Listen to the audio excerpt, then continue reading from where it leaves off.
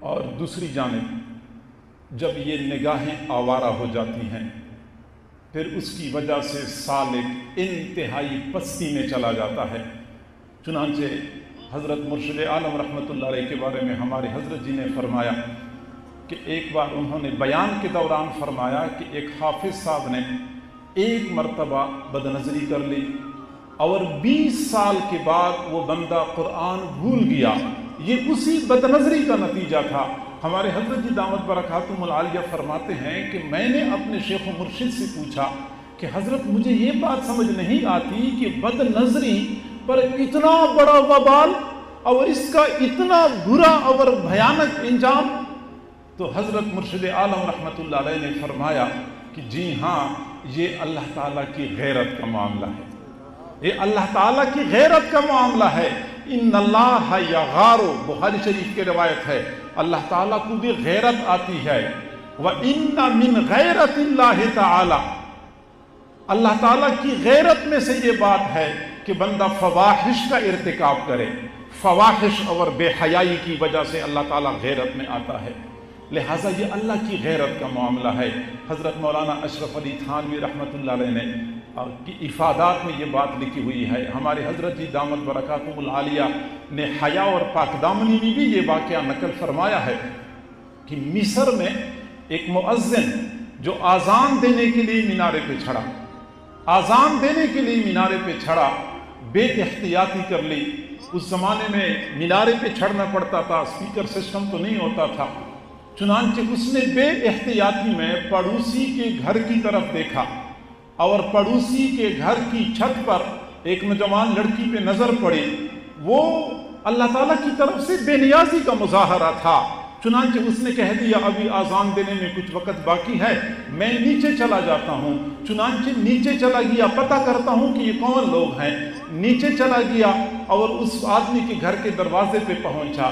بہرحال پھر وہ بندہ دوبارہ مینارے پہ نہ چڑھ سکا۔ اس بندے سے رشتے کا مطالبہ کر لیا حیلے بہانے سے۔ اس نے کہا ہم تو عیسائی لوگ ہیں، مسلمانوں کو رشتہ نہیں دیتے، اگر آپ ہمارا مذہب قبول کرنے کے لیے تیار ہیں تو ہم رشتہ دینے کے لیے تیار ہیں۔ چنانچہ یہ بندہ عیسائیت قبول کرنے کے لیے تیار ہو گیا۔ اسی بندے نے اپنے ساتھ لیا، دوسری منزل پہ چڑھ رہے تھے، سیڑھیوں پہ جو پیر پھسلا اور گردن کے بل گرا، وہیں پہ اس کی موت واقع ہو گئی۔ وہ بندہ جو چند لمحے پہلے آذان دینے کے لیے مسجد کی مینار پہ چڑھ چکا تھا، ایک بد نظری کی وجہ سے چند لمحے کے بعد ایمان سے محروم دنیا سے چلا گیا۔ یہ اللہ تعالیٰ کی غیرت کا معاملہ ہے۔ سالکین کو چاہیے کہ وہ اپنی نگاہوں کی حفاظت کا اہتمام کریں۔ اور معزز سامعین، حضرت شیخ الحدیث مولانا محمد زکریا رحمۃ اللہ علیہ نے حضرت ابو عبداللہ اندلسی رحمۃ اللہ علیہ کا واقعہ جو ذکر فرمایا ہے، اس کے پیچھے اصل میں تو قلبی جذبات اور محرکات تھے، لیکن ظاہری سبب جو بنا تھا وہ بھی بد نظری بن گئی تھی کہ ایک غیر محرم لڑکی پر نظر پڑ گئی تھی۔ پھر حالت یہ بن گئی تھی کہ خود بھی فرمانے لگے میرے پاس اب کچھ بھی نہیں رہا، میرے سارے مریدین اور متوسلین دوسرے مشائخ کے پاس چلے جائیں، میرے شاگرد دوسرے محدثین کے پاس چلے جائیں، اب میں بالکل خالی ہو چکا ہوں۔ یعنی یہ اللہ تعالیٰ کی غیرت کا معاملہ ہے۔ سالکین کو چاہیے کہ اپنی نگاہوں کی حفاظت کریں، نگاہوں کے استعمال میں انتہائی زیادہ احتیاط کرنی چاہیے۔ اور یہ ایک حقیقت ہے کہ نگاہ اور دل کا آپس میں بہت گہرا ربط ہوتا ہے۔ بدنگاہی کا اثر سیدھا دل پہ پڑتا ہے اور اچھی نگاہ یہ بندے کے دل پر اثر انداز ہوتی ہے۔ دیکھنے والا دیکھتا ہے تو اگلے بندے پر بھی اثر پڑتا ہے اور دیکھنے والے کے اپنے دل پر بھی اثر پڑتا ہے۔ چنانچہ حضرات صحابہ کرام میں سے بعض صحابہ ایسی بھی تھے جنہوں نے، اکثر صحابہ تو وہ تھے جنہوں نے حضور صلی اللہ علیہ وسلم کی زیارت کر لی ایمان کی حالت میں، اور اسی ایک زیارت کی وجہ سے، ایک مرتبہ دیکھنے کی وجہ سے ان کو صحابی کا مرتبہ ملا۔ اور کچھ وہ حضرات تھے جو رسول اللہ صلی اللہ علیہ وسلم کی زیارت تو نہ کر سکے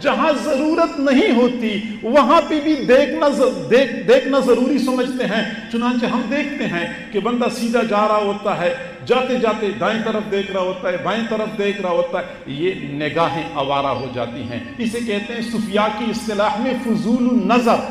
جس طرح فضول الکلام روحانی ترقی میں رکاوٹ بن جاتا ہے، اسی طرح فضول النظر بھی روحانی ترقی میں رکاوٹ بن جاتا ہے۔ اور یہی وجہ ہے کہ اللہ رب العزت نے قرآن پاک میں یہ نہیں فرمایا کہ غیر محرموں کی طرف نہ دیکھو، نہیں، بلکہ یہ فرمایا مطلقاً نگاہوں کو جھکائے رکھیں، نگاہیں جھکائے رکھیں، کیا معنی کہ غیر محرم کی طرف تو نہیں دیکھنا، غیر ضروری امور کی طرف بھی دیکھنا ناپسندیدہ ہے۔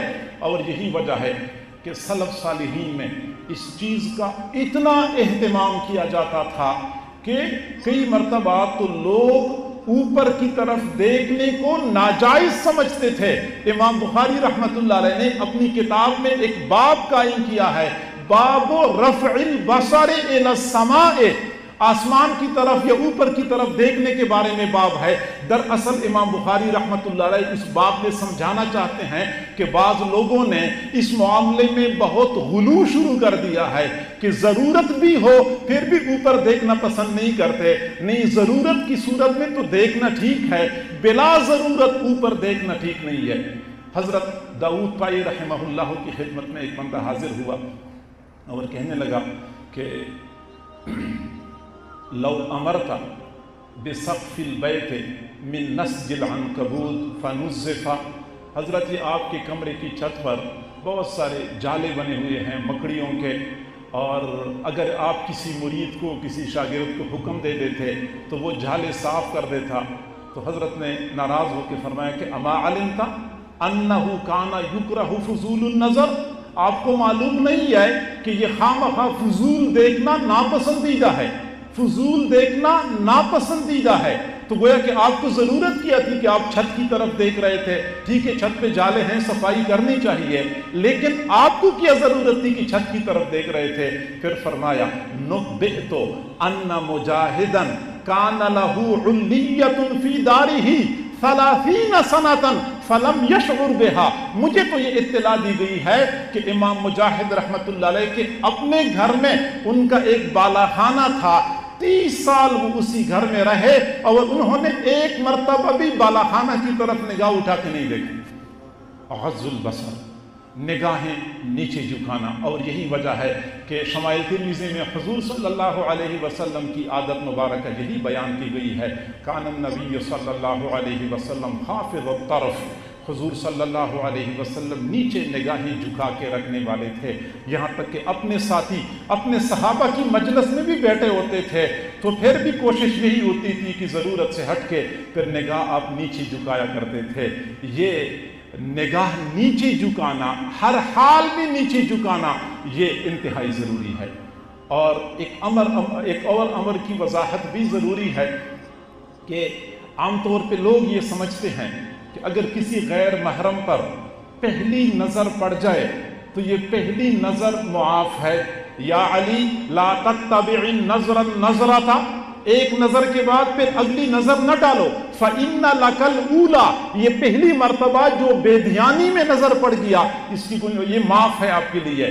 تو مشائخ صوفیاء فرماتے ہیں کہ بالکل ایسی بات ہے، چونکہ پہلی نظر بغیر قصد اور بغیر ارادے کے ڈالی گئی ہے، اس لیے شریعت میں اس کا مواخذہ نہیں ہے، لیکن اس کے منفی اثرات ضرور بندے کے دل پر پڑتے ہیں۔